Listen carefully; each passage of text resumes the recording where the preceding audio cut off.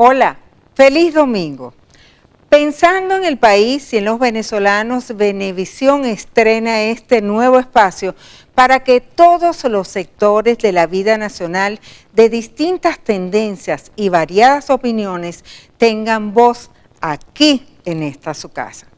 Y estamos felices de compartir con ustedes para que juntos conozcamos la historia de los personajes que nos visitan y lo que es noticia.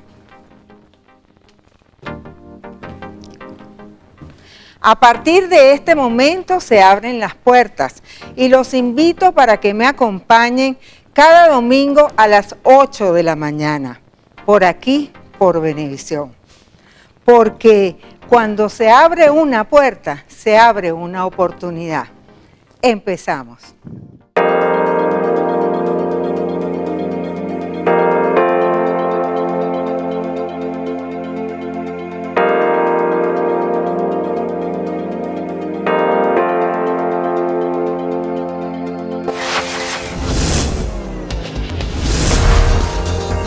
Abriendo puertas.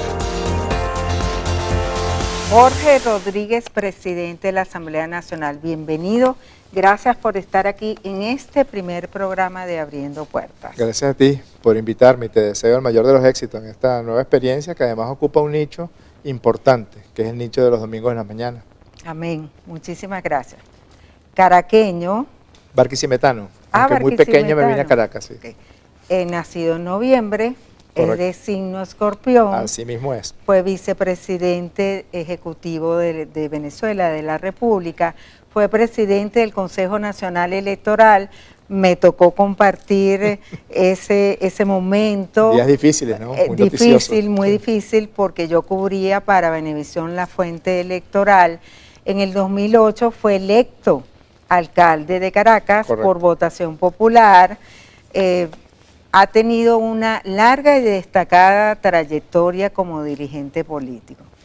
Dicen que la gente de Escorpio es decidida y que no se rinde fácilmente. ¿Es así, Jorge Rodríguez? No sé si tiene que ver con el signo del zodíaco, pero sí, yo que soy una persona un poco desordenada, digamos, en las cosas de la casa y un poquito disperso. Si hay algo que me caracteriza también es la tenacidad. Sí, es verdad que soy muy tenaz. ¿Qué le quita el sueño? Yo duermo poco, la verdad. Por alguna costumbre que tengo de los tiempos de estudiante de medicina, me duermo como a las 2, 2:30 de la mañana y tengo que estar despierto a las 7 para llevar al más pequeño, a Lucas, al colegio. Así que mi periodo de sueño es relativamente corto. Pero cuando duermo muy bien y con mucha eficiencia del sueño, como decimos los psiquiatras. ¿Es una persona con mano izquierda y mano derecha? Sí, los parlamentarios de la Asamblea Nacional de Oposición hablan de usted muy bien y dicen que es una persona con la que se puede conversar. Yo creo que eso, además, tengo un cierto entrenamiento por mi condición de psiquiatra en tratar de ver siempre cuál es la perspectiva que el otro tiene, que puede ser que piense muy diferente a ti, que tenga una posición muy diferente en el otro espectro de la arena política, pero tiene un argumento, tiene una forma de pensar, tiene una cosmovisión particular. Yo creo que siempre hay que ver qué es lo que la otra persona está queriendo decir, no desecharlo de plano. Es médico, psiquiatra, egresado de la Universidad Central de Venezuela. ¿Qué motivación tuvo para dejar el consultorio, la bata blanca y meterse en el fuego cruzado de la política venezolana? Todavía lo lamento un poco, porque de verdad yo no recuerdo, incluso desde muy niño, que yo haya pensado en alguna otra dedicación en la vida que no fuera la dedicación a la medicina. Yo desde muy pequeño, realmente, por esas cosas que le pasan a las personas en el transcurso de la vida. Una tía tuvo una enfermedad muy grave que la condujo a la muerte y ese contacto con la enfermedad desde muy temprano, mi abuela era enfermera, me hizo ir desde siempre por la carrera de medicina. Siempre dije, yo voy a estudiar medicina, iba a ser cardiólogo. En el camino de la especialización se me atravesó, después que hice una especialización en medicina interna, se me atravesó el tema de la literatura y entonces creía, todavía lo creo, que se conjugaba mejor la práctica médica con la literatura a través de la psiquiatría. Y todavía extraño y a veces sueño sobre todo sueño con mi consultorio como psiquiatra y la docencia en psiquiatría en el hospital universitario. Alguna vez volveré. Y hablando de la literatura, ha publicado varios libros. Sí, tengo en el año 99, creo, 98 o 99, me gané el concurso de cuentos del Nacional, que es un concurso que en esa época era muy prestigioso, de verdad, grandes narradores han ganado ese concurso, Guillermo Meneses, Humberto Mata, gente de un nivel literario muy grande. Empecé a escribir cuentos, me satisfacía mucho el acto de escritura, que es un acto complicado, que es un acto difícil, que es un acto que a veces es muy arduo. La página en blanco es el principal terror del escritor. Después, mucho tiempo después, publiqué un libro en el año 2000 que se llamaba El sueño de los ciegos. Mucho tiempo después, o sea, 15 años después, publiqué otro libro de cuentos que se llama La piel del lagarto, que tiene un epígrafe de un poema. ¿Y por qué La piel del lagarto? Bueno, porque tiene un epígrafe de una poetisa mexicana llamada Olga Orozco, no recuerdo bien si es mexicana o argentina, donde habla del golpe tormentoso de la piel del lagarto. Y me pareció que como era un libro sobre el hospital principalmente, son mini cuentos relacionados con la vida en el hospital, el temor de los enfermos, el miedo de los médicos, esa lucha permanente entre la vida y la muerte, me llevó a escribir ese libro que se llama La piel del lagarto, y que, bueno, me pareció, ya ha tenido varias ediciones, tiene una edición cubana, tiene una edición por Monte Ávila, es un libro que me satisfizo mucho. Después, por alguna razón que no comprendo bien todavía, en el año 20 empecé a escribir poesía, 2020, y escribí un libro de poemas que se llama Papeles de la demencia, que estaba dedicada a ese deterioro en la función mental de mi abuela, que murió con demencia. Y en el año pasado, no mentira, este año, acabo de publicar otro poemario que se llama Río Quemado, y es como la vivencia de ese paisaje tan seco, tan agreste de donde yo vengo y donde venía mi padre, Carora, toda esa zona desértica del estado Lara. Y ahora estoy, pero mira, Margarita, terminando una novela, en semanas debe estar lista. Qué bien, felicitaciones. Gracias. Dicen que es muy buen padre, que es muy familiar y que tiene dentro de la familia una debilidad, que tiene nombre y apellido, Delcy Rodríguez. ¿Qué sientes por Delcy Rodríguez? Además de que es la hermana y necesariamente la ama. ¿Sabes que García Márquez decía, yo me siento muy identificado con esa frase de García Márquez, que la actividad más importante que él hizo en su vida es la actividad de padre, de haber criado a sus dos hijos? Yo estoy de acuerdo con él, y además es una experiencia muy, muy enriquecedora, muy rica. Mis hijos, yo tengo 4 hijos y los 4 son muy diferentes uno de otro. Tengo una hija mayor de 23 años ya, Lucía, y tú ves a Lucía, ves a Juan Pedro, a Matías y el más chiquitico que es Lucas, y son 4 seres completamente distintos con los cuales tú haces lo que a mí me parece más maravilloso y más enriquecedor. Cuando mi padre muere en el año 76, yo tengo 11 años y Delcy tiene escasamente 4 o 5 años. Y a partir de ese momento, bueno, mi relación fue más una relación, ¿sabes?, de llevarla al colegio, de estar pendiente de las tareas, y casi fue una relación como, aun siendo como éramos y somos, hermanos muy cercanos, pero había una relación ya más de bueno, que alguien tenía que hacerlo. Mi madre tenía que salir a trabajar, estudiaba también en esa época, y yo iba a buscar a Delcy al colegio, regresábamos, hacíamos la tarea, y eso ha generado, y todavía es hoy, una relación de una cercanía muy, muy grande. Hablamos todos los días, casi todos los días nos vemos. Qué bien. ¿Qué significa para usted la palabra? Yo creo que además, primero que por mucho tiempo manejé en mi condición de psiquiatra que la palabra cura, porque el área, digamos, o la línea de pensamiento por donde yo me dirijo es la línea de la psicoterapia, y la psicoterapia es el arte de la cura por la palabra.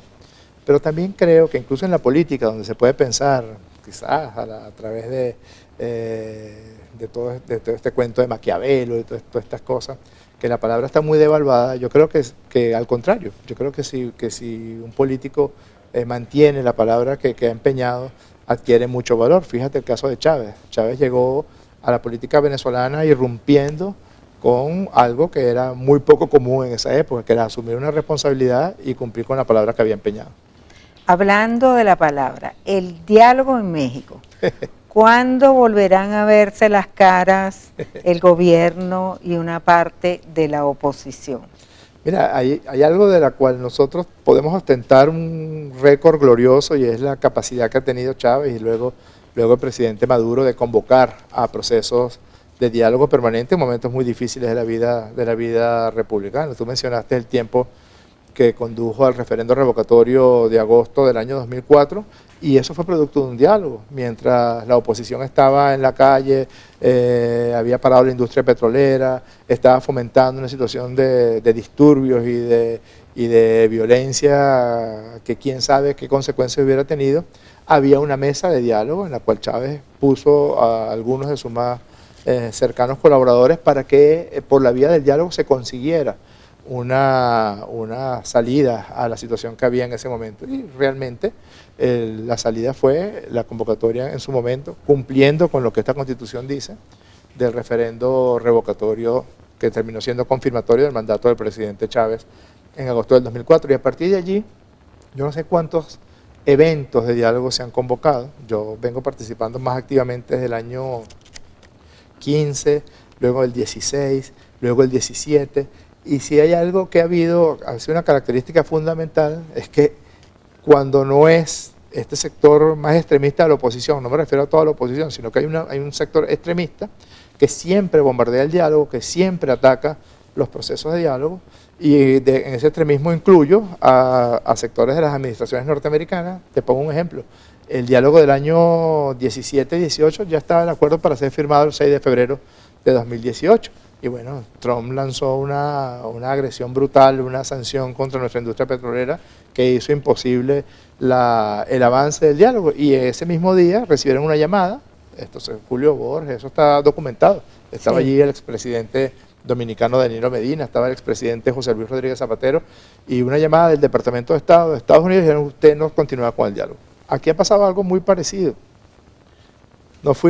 Firmamos en noviembre del 2021, firmamos un memorándum de entendimiento para avanzar en el proceso de diálogo. Nos dimos un proceso bien arduo de discusión, de conversaciones, y les dijimos: aquí hay dos líneas gruesas que no se pueden, dos líneas rojas que no se pueden atravesar. Una de ellas era el secuestro de Alex Saab por parte de las autoridades de Cabo Verde, y que después fue llevado. Ese ha sido el punto de más conflicto. En su momento lo fue y todavía lo sigue siendo, y por eso fue que nosotros nos levantamos del proceso de diálogo. Luego hubo una visita a Venezuela de autoridades norteamericanas, y en ese sentido nosotros, para aportar en el proceso de conversaciones, también dimos una negociación muy fuerte y yo creo que fructífera con este sector de la oposición, que es el sector más a la derecha de la oposición, para lograr un acuerdo social. Y se logró, Margarita, se firmó para salud, educación, agua, electricidad, para reparar las escuelas, para dotar las escuelas, para comprar vacunas para nuestros niños. Es decir, ítems sumamente importantes para la población venezolana. Y fueron por 3.200 millones de dólares. Unas semanas después de que se firmó ese acuerdo, en noviembre del 22, en México, el señor Jimmy Story, ex embajador de Estados Unidos, no se sabe dónde, parece que en Narnia, pero que es embajador al fin, envió una carta a las autoridades de Naciones Unidas diciendo: el fondo social que Naciones Unidas va a administrar no se puede abrir porque si no, Estados Unidos y los acreedores van contra esos fondos. Nosotros dijimos y seguimos diciendo que la palabra tiene que respetarse. Si ambos empeñamos la palabra cuando pusimos esa firma, pues tiene que cumplirse, porque ¿cómo se va a sentir la población de Venezuela, Margarita, si le dijimos públicamente, el jefe de la delegación de ese sector de la oposición, Gerardo Blay, y yo, que era un acuerdo para que se recuperaran 3.200 millones de dólares que estaban secuestrados en bancos del mundo entero? Y con esos 3.200 millones, arreglar hospitales, arreglar escuelas, generar fortalezas en el sistema eléctrico nacional, etcétera. ¿Cómo vamos a decirle ahorita a la gente: no, mira, no hay plata, no, mira, los Estados Unidos no quieren que se abra el fondo? Así que ojalá vuelva a privar la cordura y la palabra empeñada sea cumplida. Recientemente el Ejecutivo Nacional, el presidente Nicolás Maduro, promulgó la Ley de Protección de los Activos de Venezuela en el extranjero. ¿Cuál es el alcance de esa ley y cómo es su aplicación en el corto plazo? Son dos leyes que están todas muy juntas y fueron aprobadas vía la urgencia parlamentaria, una solicitud, una iniciativa del Ejecutivo, del presidente Maduro.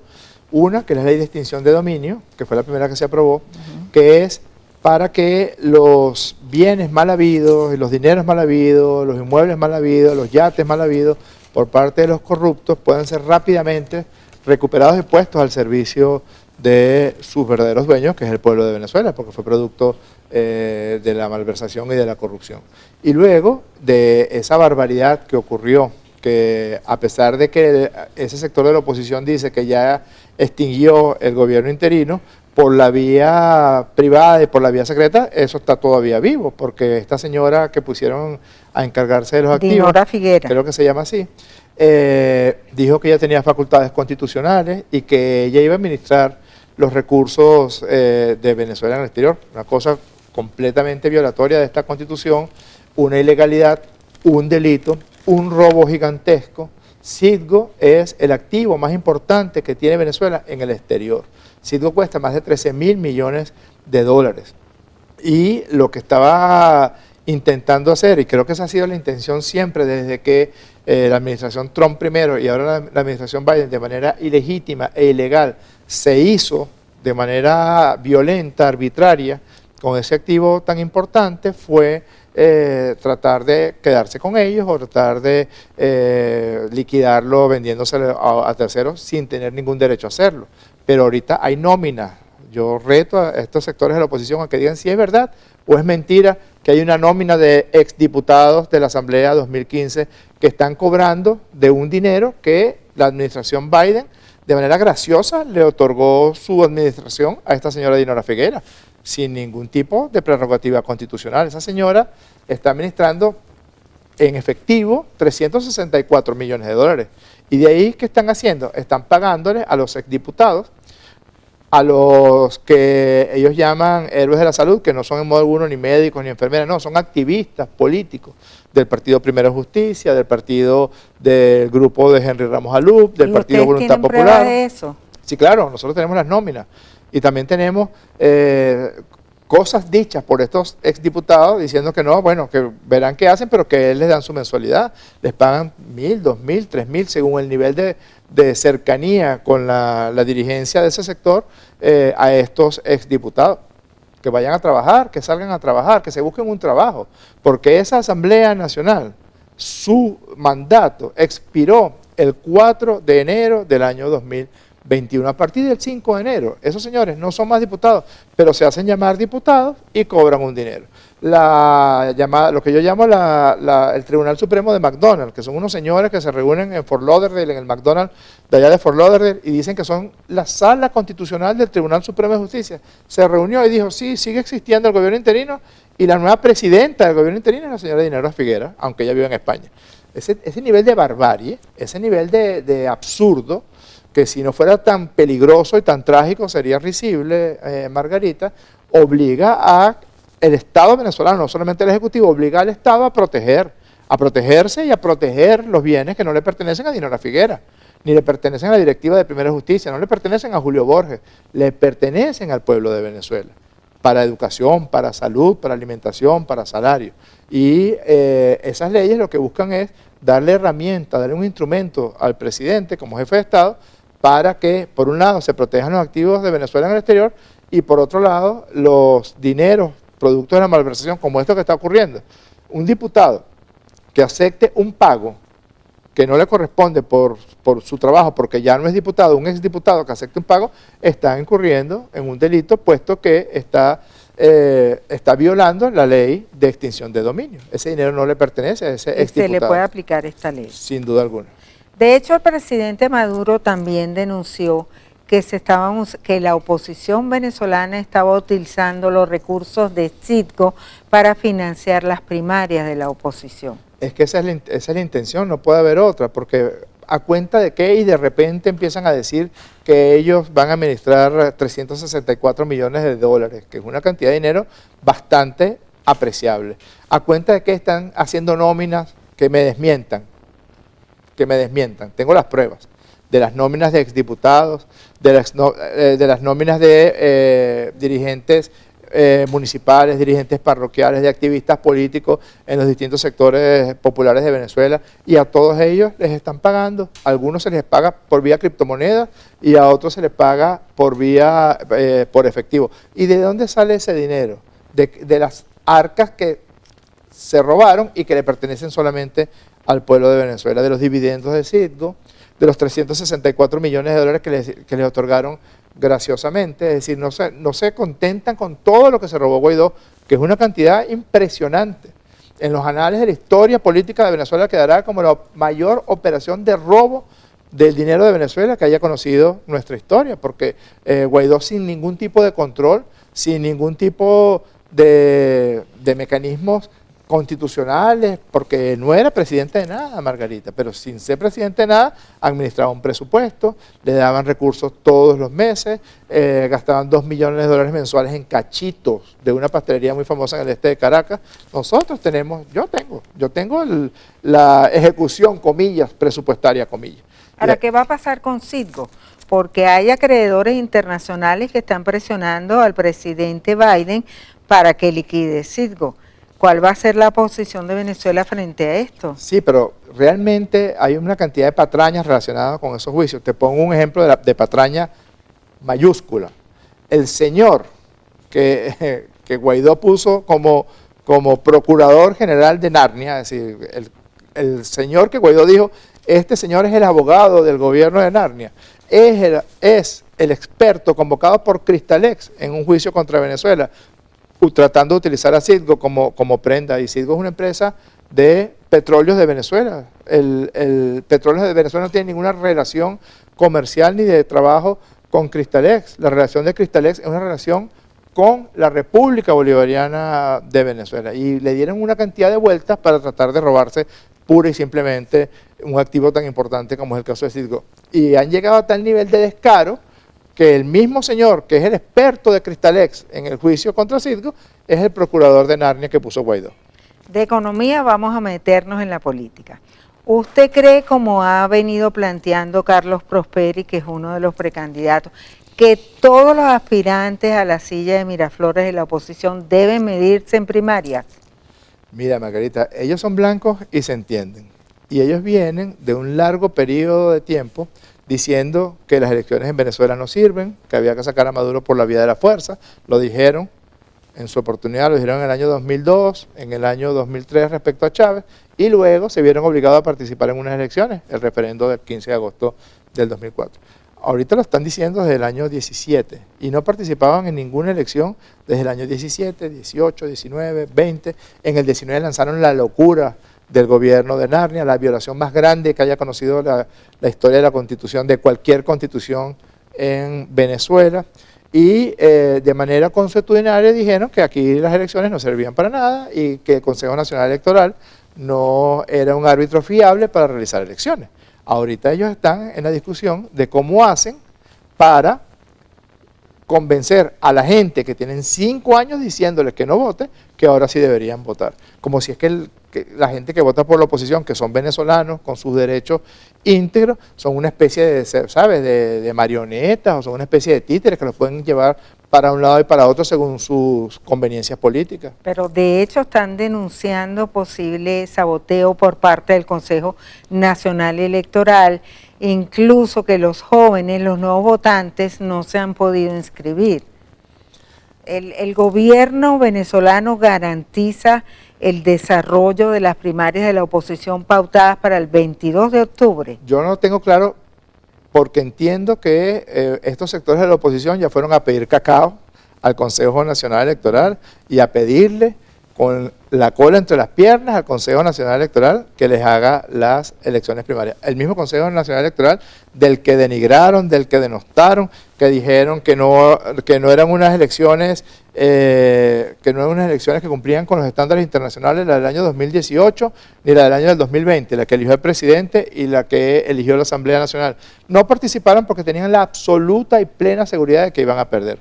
Pero esas mismas máquinas y ese mismo sistema electoral del año 18 y del año 20, sin un solo cambio, eligió a Manuel Rosales, gobernador del estado Zulia, eligió a Garrido, gobernador de Barinas, eligió a Morel Rodríguez, gobernador del estado Nueva Esparta, y eligió a Alberto Galíndez, gobernador del estado Cojedes.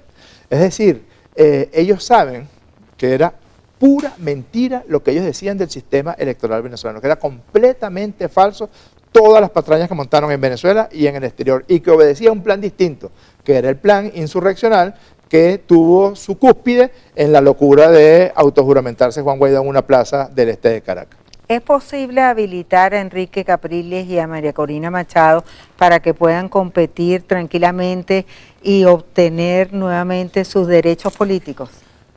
Yo creo que como es el primer programa, me estás haciendo preguntas que le competen más a elementos del Ejecutivo, del Poder Electoral, del Poder Ciudadano, porque entiendo yo que esa es la situación que está presentada en cuanto a estos precandidatos. Yo lo que creo es que está garantizada la participación electoral de todas las venezolanas y de todos los venezolanos en lo que se conoce como el sufragio pasivo y el sufragio activo, es decir, el ir a votar o ir a postularse para un determinado cargo, como siempre ha estado, y creo que va a ser una elección con una participación importante en el momento en que el Consejo Nacional Electoral convoque a las elecciones presidenciales. Una pregunta corta.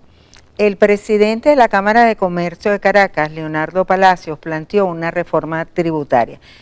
¿Se podría eliminar el impuesto a las grandes transacciones financieras que ha generado tanto ruido en la población venezolana? Yo creo que ese es un impuesto justo, porque los que más tienen que pagar más impuestos. Y Venezuela tiene una tradición muy negativa de evasión de impuestos, sobre todo por aquellos que más dinero tienen. Ya para finalizar, ¿tiene Jorge Rodríguez aspiraciones presidenciales? Yo tengo mi candidato, y ese candidato voy a hacer todo lo que pueda, toda la fuerza de mi intelecto, de mi físico, de mi capacidad, para que resulte electo como presidente de la República Bolivariana de Venezuela. ¿Será el jefe de campaña?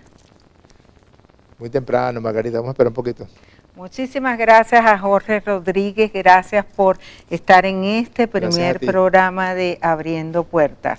Y actualmente el salario mínimo está ubicado en 130 bolívares mensuales para todos los trabajadores del país, según un decreto promulgado por el Ejecutivo Nacional en marzo del 2022.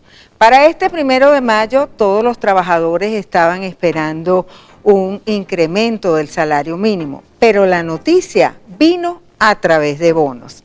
En la próxima parte tendremos una mesa de análisis para discutir este tema con expertos en la materia. Los esperamos.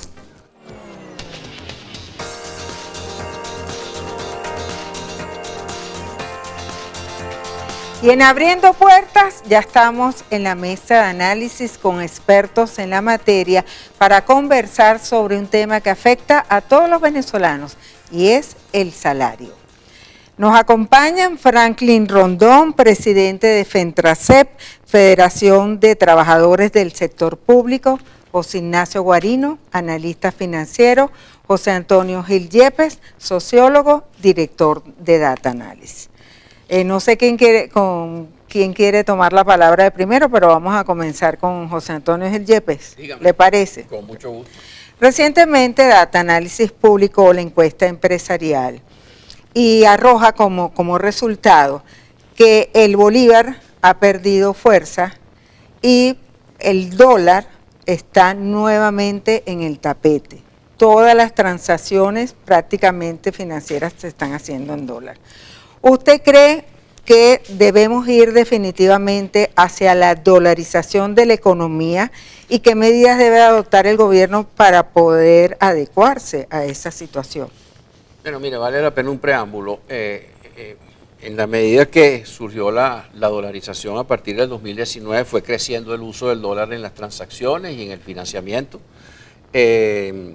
Pero luego con la aplicación del IGTF hubo un ligero descenso y a pesar de que se sigue aplicando el IGTF, eso viene repuntando otra vez.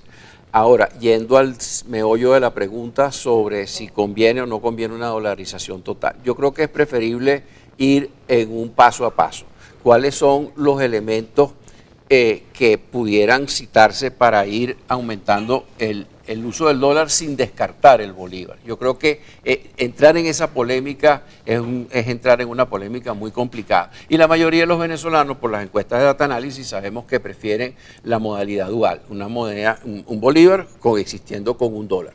Ahora, obviamente, el IGTF es un freno al uso del dólar, pero el dólar fue una de las herramientas fundamentales del gobierno para poder recuperar la economía a partir del 2019.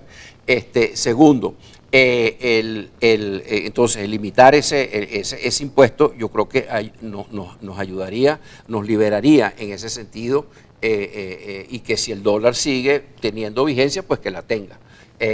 Rescatar el bolívar no es por decreto ni por aplicar un IGTF. El rescate del bolívar se tiene que basar en recuperar la economía. Entonces, para recuperar la economía necesito crédito. ¿Dónde está el mayor potencial de crédito? En Venezuela en este momento. Está en dólares, está depositado en los bancos en dólares, no está depositado en los bancos en bolívares. Entonces, segunda medida, incrementar el porcentaje de dólares que se puede prestar de esos dólares que están en cuentas en custodia. Y tercero, para no hacer el cuento más largo, pues obviamente sería interesante que las transferencias en cuentas en custodia se permitieran en Venezuela, y eso serían unos avances paso a paso y ahí vamos viendo. Pero insisto, el recuperar el valor del bolívar no es una cuestión de decretos ni de impuestos, es recuperar la producción y la productividad en Venezuela.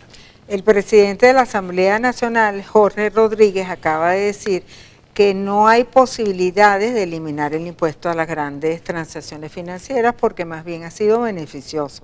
Bueno, ha sido beneficioso para el gobierno, pero ha sido un deterioro para la disponibilidad de recursos de los dos que movieron la recuperación económica, y los dos que movieron la recuperación económica fueron los empresarios que invirtieron para producir y reabastecer el país y los consumidores que se sacaron la plata del bolsillo y compraron esos productos, y empezó la rueda de la recuperación económica a girar. Entonces, desafortunadamente, en vez de ir complementando con otras políticas que promovieran la recuperación económica, como algunas de las que he mencionado en relación al dólar, más bien vino un crecimiento de impuestos municipales, se aplicó el IGTF, se han aumentado tasas, tarifas, la unidad tributaria, y eso le está quitando el dinero del bolsillo, tanto al que invierte como al que consume. Y eso es lo que explica fundamentalmente la desaceleración y ahora cierto decrecimiento de la economía a partir de agosto del año pasado hasta la fecha. José Ignacio Guarino, analista financiero. Hablando del dinero en el bolsillo, ¿qué pueden hacer los venezolanos? ¿Qué recomendaciones le puede dar para que el dinero rinda? Porque la mayoría del salario se va en los aspectos básicos, la comida, la alimentación, el transporte. ¿Qué deben hacer? Bueno, Margarita, gracias por la invitación. Yo creo que se hace de vital importancia, antes de dar respuesta a la pregunta, el comentarle al presidente de la Asamblea Nacional lo del tema del impuesto al IGTF rápidamente. Si nosotros retiramos mayores flujos de caja de los bolsillos de los consumidores, del chopper o del cliente, cada vez tendrá menos opciones para comprar. Entonces hay que analizar cuál es la bondad que ellos dicen que está teniendo. Quizás para la Tesorería Nacional, maravilloso, pero la carga tributaria que tiene para un empresario en Venezuela está alrededor del 3 al 4%. IGTF, grandes transacciones financieras, grandes patrimonios, el impuesto sobre la renta, el IVA y los servicios. El tema de servicios en lo que es el tema de los rellenos sanitarios, recolección de basura. Aquí es urgente un tema de armonización tributaria porque la voracidad tributaria es importante, el aumento de la unidad tributaria. Todos vamos a terminar pagando impuestos sobre la renta al cierre del ejercicio por lo que fue el ajuste de la unidad tributaria. Tenemos que analizar todo esto en detalle porque al final de la historia cada vez tenemos menos. Entonces, satisfacemos la necesidad con $150, que es el promedio del ingreso del venezolano en este momento, de la mayoría. Con eso no cubrimos la cesta básica alimentaria. Entonces dirán, si yo vamos a hablar de inversión, que soy muy comeflor, vamos a invertir en el mercado de valores, sí se puede, con $5, con $10, con $15, con $20, pero ¿en qué momento? Tengo que tener esa decisión del trade-off o del costo de oportunidad. ¿Dejo de comer para comprar una acción? ¿Eso va a mejorar mi vida? Sí, pero sin dejo de comer no puede ser. Entonces, hay que mejorar la calidad de vida y como lo dice el compañero, eso de ya el salario mínimo quizás hay que abolirlo y hablar de un ingreso mínimo vital, pero hay que fortalecerlo, hay que fortalecer el aparato productivo en Venezuela, hay que incentivar la producción en Venezuela. No podemos seguir con esta dinámica económica que estamos teniendo en este momento. Franklin Rondón, representante del gobierno. ¿Qué le dice usted a sus compañeros, además es un líder sindical, cuando le reclaman que esperaban un aumento, un incremento del salario mínimo y no fue así? ¿Cuál es el argumento? Sí, gracias Margarita por la invitación. Lo primero que tenemos que definir es que no ha habido aumento de salario mínimo. Es decir, a veces caemos en el asunto del salario mínimo. No, lo que ha habido por parte del Estado venezolano es un ajuste del ingreso mínimo vital para los trabajadores y las trabajadoras. Y los trabajadores, a fin de cuentas, necesitan el mayor poder adquisitivo para satisfacer sus necesidades y para poder cubrir algunas de las necesidades normales que tenemos todos los seres humanos, toda la familia. Pero es importante que quede claro que el debate no es el salario mínimo, sino en este momento el debate es el ingreso mínimo vital. ¿Qué hizo el gobierno? Anunció y se está ejecutando lo relacionado con un bono para contrarrestar los efectos de la guerra y un ajuste de lo que es el ticket alimentario para todos los trabajadores y las trabajadoras. Por cierto que incluyendo a los jubilados y pensionados y al personal del Seguro Social. Ahora, ¿qué hacer? Decía el compañero de Data Analysis respecto al desarrollo que tendríamos que impulsar en Venezuela. Por supuesto que es la producción y la productividad, y ahí donde la clase trabajadora está comprometida con su pueblo, con los trabajadores en general. Tenemos nosotros el compromiso de impulsar el proceso productivo. A través de los consejos productivos de trabajadores se están reimpulsando algunas empresas, algunas industrias, y es importante destacar también en el caso petrolero cómo progresivamente se viene, a pesar de las dificultades, incrementando lo que es la producción petrolera. Y aprovecho la oportunidad de tu programa, Margarita, para hacer un llamado a los trabajadores del sector petrolero y petroquímico para que sigamos luchando, para que sigamos trabajando en beneficio de nuestro pueblo y de nuestra patria. Por cierto, para terminar, es importante también que el sector comercial, el sector empresarial, no debe incrementar en este momento los costos de los bienes y servicios, por cuanto no fue un efecto que tuvo el sector empleador o el sector de la empresa, porque no hubo aumento de salario. Cuando hay aumento de salario, tiene consecuencias sobre las primas, sobre la bonificación de fin de año, sobre el bono vacacional, sobre las prestaciones sociales. Solamente hubo un ajuste del ingreso mínimo vital. Por lo tanto, no habría ninguna condición para que ellos estén desarrollando ahorita niveles inflacionarios y mucho menos especulativos. Franklin Rondón, entiendo que hay una iniciativa para llevar a la Asamblea Nacional una ley de vivienda para compensar un poco el salario de los trabajadores, que tengan la oportunidad de obtener una vivienda. Sí, efectivamente, dentro de los anuncios que hizo el presidente de la República, Nicolás Maduro, uno de los eventos jurídicos que venimos trabajando en la Asamblea Nacional, una comisión que designó el presidente Jorge Rodríguez, es la reforma de la Ley de Vivienda y Hábitat, que permita una cantidad de condiciones de accesibilidad hacia el otorgamiento de soluciones habitacionales, que permita el empoderamiento de la clase trabajadora y del poder popular en la construcción y autoconstrucción de vivienda, y que permita, por supuesto, ser creativo. Uno de los temas que nosotros estamos hablando de la producción, Margarita, es que los trabajadores de manera organizada pudiéramos desarrollar algunos emprendimientos que permitan elaborar o construir puertas, ventanas, cerraduras, cuántas cosas de las que demanda precisamente la misión de vivienda y hábitat, que por cierto es una de las misiones del gobierno nacional que ha sido muy exitosa, nadie lo puede negar. A pesar de las dificultades, los problemas, el bloqueo, las sanciones criminales, se sigue entregando vivienda y se sigue solucionando este tipo de las soluciones habitacionales. En esta oportunidad hay una comisión que está trabajando y que próximamente, en menos de 2 semanas, se presentará ya el papel de trabajo para la reforma de la Ley de Vivienda y Hábitat, y es bueno que todos los trabajadores y trabajadoras y el pueblo en general esté pendiente de esto. Pero además de eso, permíteme brevemente destacar los anuncios del jefe del Estado. Nadie se esperaba que el presidente de la República iba a anunciar la creación de un banco digital para la clase obrera, que es un reto y un desafío, es la creatividad, el desarrollo del talento de los trabajadores y del poder económico en el país, con una innovación de que es un banco digital. Nadie se esperaba que el presidente podía hablarle a los trabajadores y las trabajadoras de este país para la entrega de lo que es una Macoya con 50 pozos petroleros y que se está además trabajando con los propios trabajadores petroleros, se viene haciendo todo el estudio, se han hecho reuniones y cada día están avanzando en esa dirección para elevar la producción. Nadie se esperaba que el INSEE va a regresar nuevamente al banco o el INSEE al Ministerio del Trabajo y del Poder Popular para la formación técnica específica que tanto requiere el sector empresarial venezolano.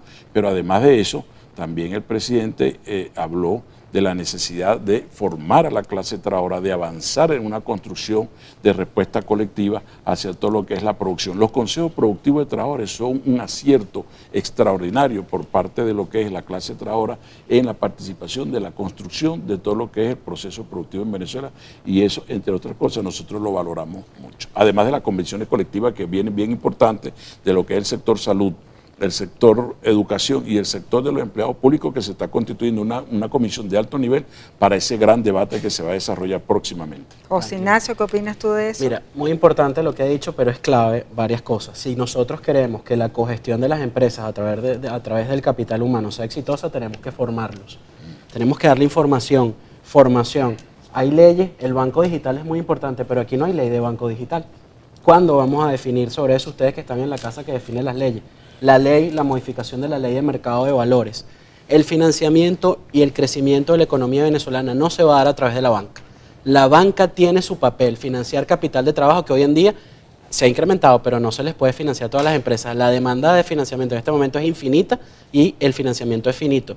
El mercado de valores en Venezuela, el presidente hace un año lo habló. Democratización del capital, eso es socialización del capital de verdad.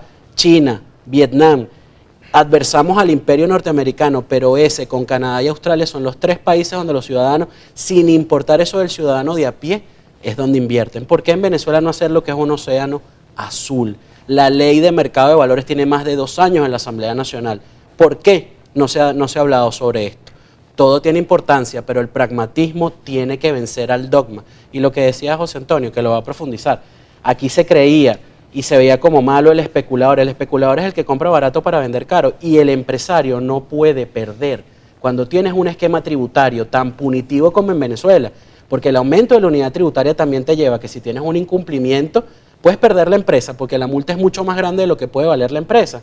Tenemos que valorar esto y no llevar a la ligera que, bueno, que el impuesto a las grandes transacciones financieras ha sido, bueno, analicémoslos con data, Margarita, con data, con impacto. El sector productivo en Venezuela decreció más del 14% en el primer trimestre en Venezuela. Hay que apoyar el emprendimiento, por supuesto, pero el Ejecutivo Nacional tiene que tomar medidas para y por todos los sectores económicos en Venezuela. Todavía se ve que estamos atados al modelo rentista petrolero y eso no puede continuar. Somos un país rico, sí, en recursos y en capital humano, pero no produciendo riqueza. José Antonio Gil Yepes, Franklin hablaba de la responsabilidad de los empresarios.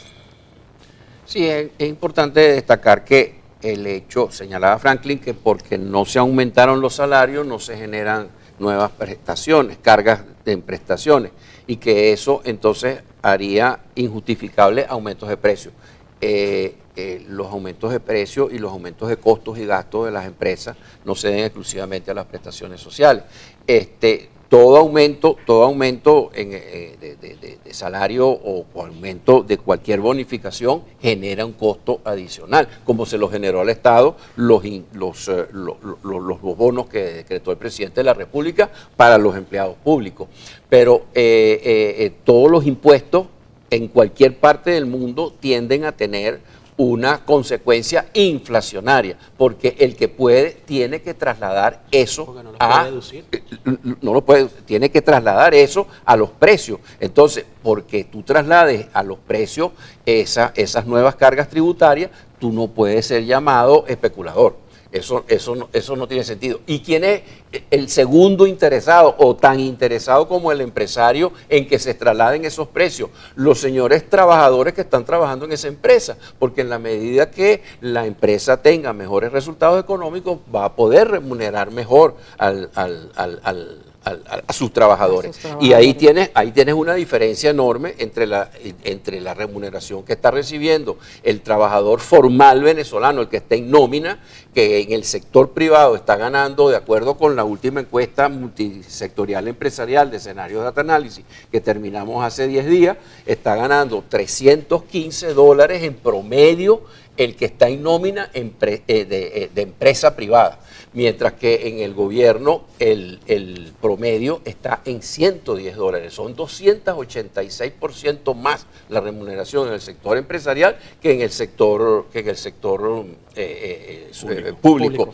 Y eso obviamente nos llamaría a todo un capítulo que pudiéramos hablar aquí, cómo aumentar los sueldos del sector público.